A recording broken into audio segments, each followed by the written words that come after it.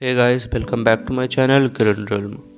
तो चलिए, आज का वीडियो का टॉपिक है हमारा मधुकामनी के प्लांट के ऊपर, जो एक बहुत ही खूबसूरत समर का फ्लावरिंग प्लांट है। और ये प्लांट आपके यहाँ पूरे परमानेंट रहेगा पूरे साल तक। बट फ्लावरिंग भी ये हमारे समर में और मानसून में करता है। तो इसी के बारे में बात हम करेंगे और साथ ही ये भी जानेंगे कि अगर आपने नर्सरी से ख़रीदा है तो इसे किस तरह लगाना है और इसके रिक्वायरमेंट्स क्या होते हैं इसे ग्रो करते टाइम। और साथ ही में अगर इसे आपने ग्रो कर रखा है बट प्लांट पर फ्लावर्स नहीं आ रहे तो इसके बारे में भी जानेंगे किस तरह आप अपने प्लांट से फ्लावरिंग ले सकते हैं। तो चलिए, बिना किसी देरी के हम वीडियो की शुरुआत करते हैं। तो ये रहा हमारा मधुकामनी का पौधा, जिसे हम मुरई या पेनुकुलाटा भी बोलते हैं। तो ये प्लांट एक बहुत ही खूबसूरत परमानेंट फ्लावरिंग प्लांट है, जो अगर आप इसको एक बार ख़रीद कर लगा लेते तो ये प्लांट आपके यहाँ सालों साल तक बना रहेगा। तो इस प्लांट के बहुत सारे डिफरेंट साइज़ेस में आपको मिल जाएंगे नर्सरी पर। तो ये जो आप देख पा रहे हैं ये मेरे पास है मीडियम साइज़ वाला, जो आपको 80 टू 100 रुपीज़ के बीच में आता है ये प्लांट।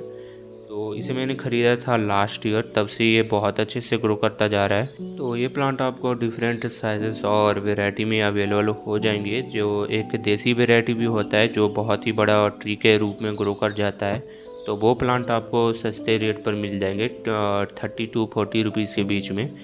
तो वो वाला बहुत, उसके फ्लावर भी थोड़े बड़े आते हैं और प्लांट बहुत ज़्यादा बड़ा ग्रो करता है, तो उसको ज़मीन पर लगाना सही होगा।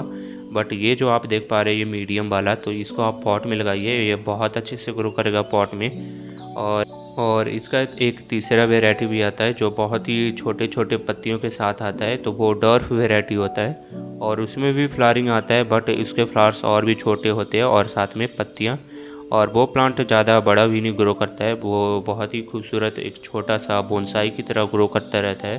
तो आपको जो भी वैरायटी इसकी अच्छी लगे आप ग्रो कर सकते हैं। तो मेरे पास ये देख सकते हैं कि मीडियम वैरायटी वाला है, तो ये बहुत ही अच्छा ग्रो करता है, ना ज़्यादा स्लो होता है ना ज़्यादा फास्ट होता है। तो ये प्लांट बिल्कुल सिरप की तरह ग्रो करेगा, क्योंकि ये प्लांट बहुत ही बूसी ग्रो करता है। तो आप इसको डिफरेंट साइज़ में या फिर डिफरेंट शेप दे सकते हैं इस प्लांट को। जैसे कि आप इसको टोपियारी बना सकते हैं इस प्लांट के, तो या फिर बॉल साइज़ में भी बना सकते हैं। लगातार प्रूनिंग करने से ये प्लांट बहुत ही खूबसूरत एक बॉल की साइज़ में बन जाएगा।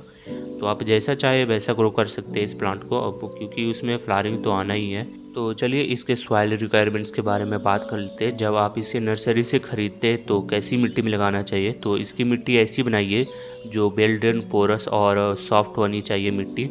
तो उस मिट्टी में ये प्लांट बहुत अच्छे से ग्रो करता रहेगा।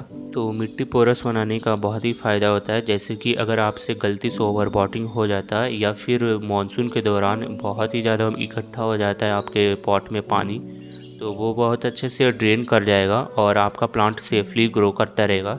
तो आपको मिट्टी बिल्कुल पोरस बनानी चाहिए। तो मधुकामनी के मीडियम वैरायटी के प्लांट के लिए आपको 10 से 12 इंच के गमले लेने चाहिए, जिसमें ये प्लांट जल्दी रूट बाउंड नहीं होगा।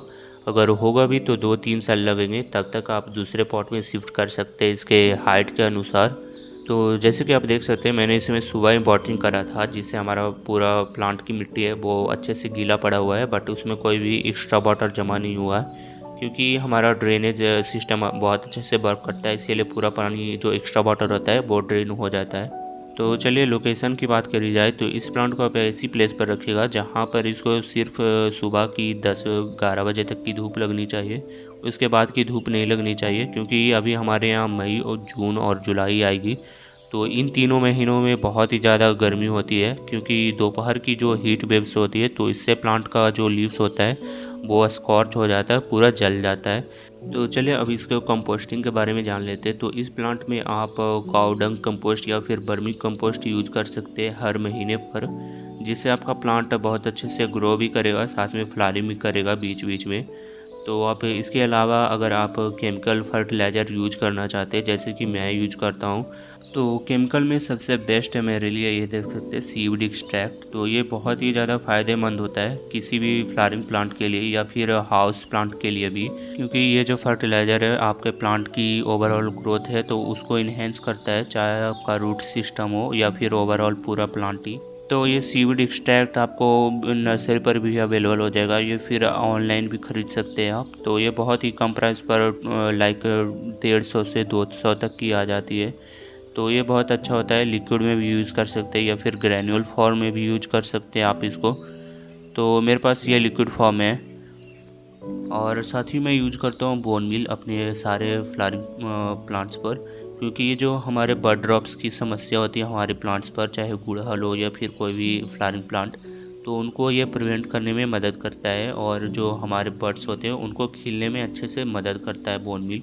तो आप चाहे तो इसको यूज़ कर सकते हैं या फिर इसकी जगह आप NPK यूज़ कर सकते हैं। वो केमिकल होता है तो वो भी आपको सेम ही रिज़ल्ट देगा और सारी जो कलियाँ होती है उसको गिरने से बचाएगा और अच्छे से फ्लावर्स खिलेंगे सारे। तो आप चाहे तो NPK यूज़ कर सकते हैं बोन मील की जगह। और जो नेक्स्ट है हमारा सिंपल वाला, तो ये DAP ऐड करता हूँ सारे प्लांट के पॉट्स में। तो ये जो हमारे 10 इंच के प्लांटर्स होते हैं तो उनमें मैं ऑलमोस्ट 10 ग्रैन्यूल्स डालता हूँ, ताकि जो हमारा प्लांट्स का जो ओवरऑल ग्रोथ होता है वो अच्छे से हो पाता है। तो बस आपको इतना ही केयर करना होगा अपने मधुकामनी प्लांट पर, जिससे आपको इतना अच्छा रिज़ल्ट देखने को मिल सकता है। जैसा कि आप मेरे प्लांट पर देख पा रहे हैं कि हमारी बहुत अच्छी से फ्लावरिंग चल रही है मधुकामनी प्लांट पर। तो चलिए, ये थी हमारी छोटी सी जानकारी मधुकामनी प्लांट के ऊपर। तो अगर आपको पसंद आए वीडियो तो प्लीज़ ज़रूर लाइक कीजिएगा। और अगर आप हमारे चैनल पर न्यूली विज़िट कर रहे हैं तो प्लीज़ ज़रूर सब्सक्राइब कर लें हमारे चैनल को और बेल आइकन को ऑल पर प्रेस करके सेट कर लें, ताकि जो हमारी वीडियोस है वो आपको टाइमली मिलती रहेगी। तो चलिए फिर मिलते हैं इसी तरह की किसी नई वीडियो में, तब तक के लिए गुड बाय।